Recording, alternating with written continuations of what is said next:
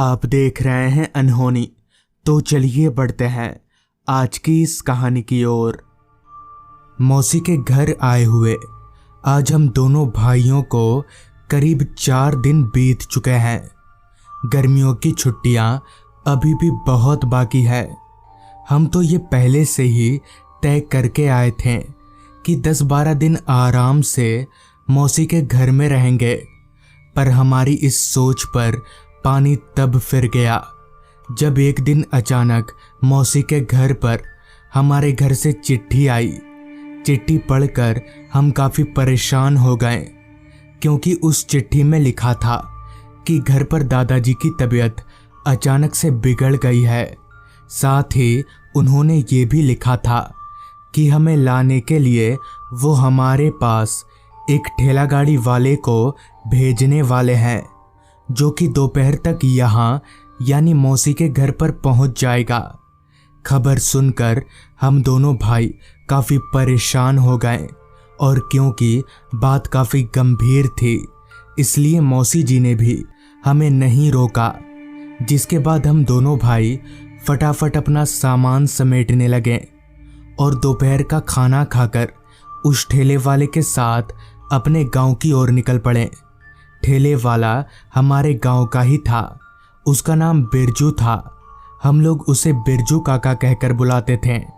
खैर, चूंकि मौसी के यहाँ से हमारा गांव काफ़ी दूर था, तो हो सकता है वहाँ पहुँचते पहुँचते हमें रात भी हो जाए। और क्योंकि उस जमाने में ऑटो रिक्शा या कोई दूसरा साधन नहीं हुआ करता था, तो कहीं ना कहीं दूर जाने के लिए इसी तरह से जाना पड़ता था। ठेला गाड़ी में बैठे बैठे दोपहर शाम में तब्दील हो चली थी, पर अभी भी हम हमारे गांव के आसपास भी नहीं थे। बिरजू काका भी अब ठेला चलाते चलाते काफ़ी थक चुके थे। ऊपर से इतनी तेज गर्मी, मुझे बिरजू काका पर दया आ गई, जिस वजह से मैंने उन्हें कुछ देर ठेला रोक कर आराम कर लेने के लिए कहा। लिहाजा उन्होंने ठेला गाड़ी को एक बड़े से पेड़ के पास रोका और आराम करने लगे। तब तक फिजा में अंधकार पसर चुका था। उन दिनों किसी भी तरह की बिजली की सुविधा भी नहीं हुआ करती थी। वो तो अच्छा हुआ कि बिरजू काका हमेशा अपने थैले में एक लालटेन रखते थे। लिहाजा उन्होंने लालटेन जलाकर ठेला गाड़ी के हैंडल पर बांध दिया और हम लोग वापस से अपने गांव की तरफ आगे बढ़ने लगे। पहले के मुकाबले गर्मी से अब हम लोगों को काफ़ी राहत मिल रही थी, क्योंकि अब ना तो धूप हो रही थी और ना ही गर्म हवाएं चल रही थी, बल्कि मौसम अब काफ़ी ठंडा हो चुका था। मगर अंधेरा पूरे फिजा में फैला हुआ था। दूर दूर तक हमारी लालटेन के अलावा रोशनी का और कोई जरिया नजर नहीं आ रहा था। अभी हम लोग गांव के उस कच्चे रास्ते पर आगे बढ़ ही रहे थे कि तभी बिरजू काका ने कहा, बेटा तुम लोग पैर ऊपर करके बैठो, रात का समय है, ऊपर से अंधेरा भी काफ़ी ज़्यादा है। बिरजू काका की बात सुनकर मैंने और मेरे छोटे भाई श्याम ने, हम दोनों ने अपने पैरों को ठेले के ऊपर चढ़ा लिया। कहीं ना कहीं उस अंधकार भरे माहौल में मुझे काफ़ी डर भी लग रहा था। पता नहीं कब क्या हो जाए। इस प्रकार के हजारों ख्याल एक ही बार में दिमाग में घूमे जा रहे थे। पर चूंकि हमारे साथ बिरजू काका थे, तो कहीं ना कहीं हमारी हिम्मत बंधी हुई थी। मेरा छोटा भाई श्याम बैठे बैठे ही झपकियां ले रहा था, मगर मुझे ज़रा भी नींद नहीं आ रही थी। मैं चुपचाप ठेले पर बस बैठा रहा और इधर उधर देखे जा रहा था। अभी हम लोग आगे बढ़ ही रहे थे कि तभी बिरजू काका ने हम दोनों से कहा, देखो अब हम लोग जिस रास्ते पर जाने वाले हैं वो रास्ता उतना सही नहीं है। अगर पीछे से कोई आवाज़ दे या फिर किसी भी तरह की कोई आवाज़ आए तो तुम लोग गलती से भी पीछे मत देखना, समझ गए। इस पर मैंने बिरजू काका से कहा, पर काका ऐसा क्यों, पीछे क्या है? इस पर काका ने कहा, आज आसमान पर चांद नहीं है, मतलब आज अमावस है। इतना कहकर बिरजू काका एकदम से चुप हो गए और तेजी से ठेला गाड़ी आगे बढ़ाने लगे। हालांकि उस समय मैं छोटा जरूर था, पर अमावस की रात क्या होती है ये मैं बहुत ही अच्छे से जानता था। तो बिरजू काका की बात सुनकर मैं और भी ज्यादा घबराने लगा, मगर अब किया भी क्या जा सकता है। खैर हम लोग आगे बढ़ते रहे। अभी हम लोग जंगल से घिरे उस कच्चे रास्ते पर कुछ आगे बढ़े ही थे कि तभी अचानक हमें पीछे की तरफ से कुछ अजीबोगरीब आवाजें आने लगी, जैसे कोई हमें बुला रहा हो।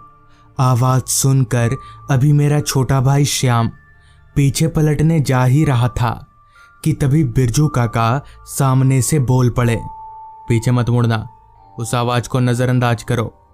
बिरजू काका की बात सुनकर श्याम पीछे मुड़ते मुड़ते रुक गया।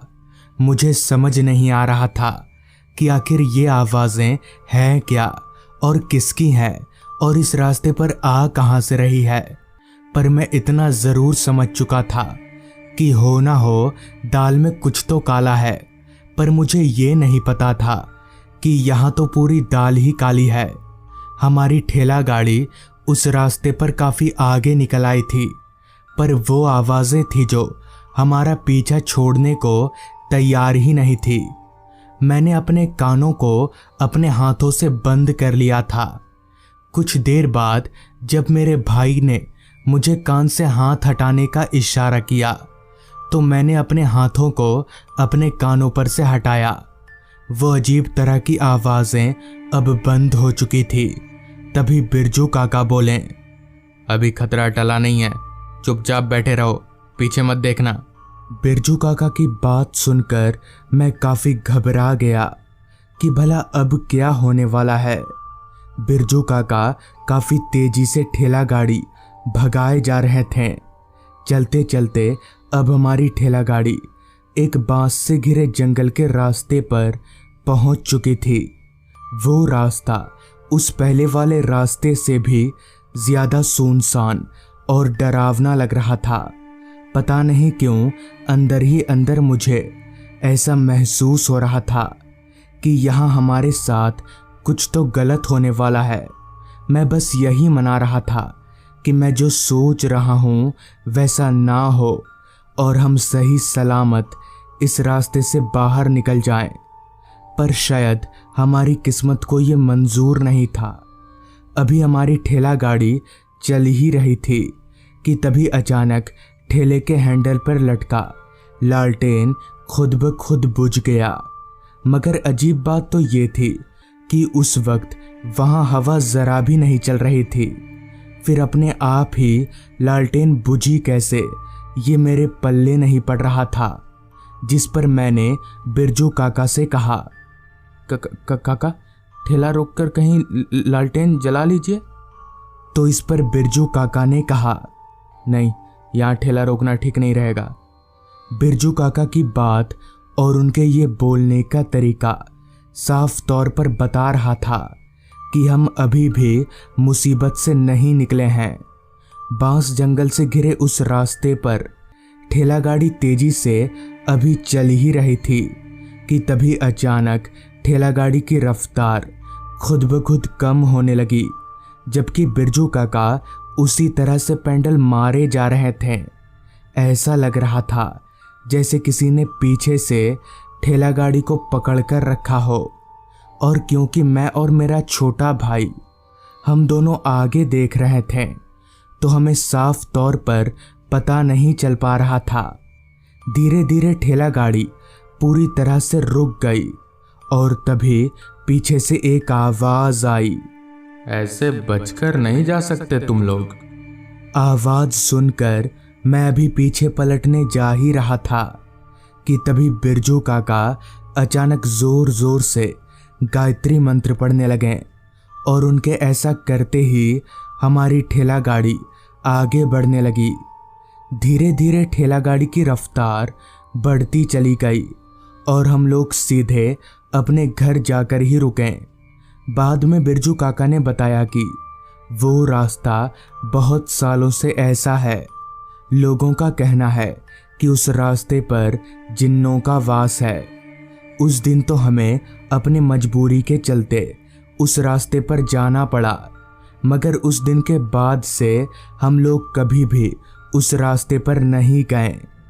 तो दोस्तों, ये थी आज की कहानी। अगर आपको ये कहानी पसंद आई हो तो चैनल को ज़रूर सब्सक्राइब कर लें। तो मैं आपका दोस्त आर्यन जल्द ही मिलूँगा आपसे ऐसी ही एक कहानी के साथ।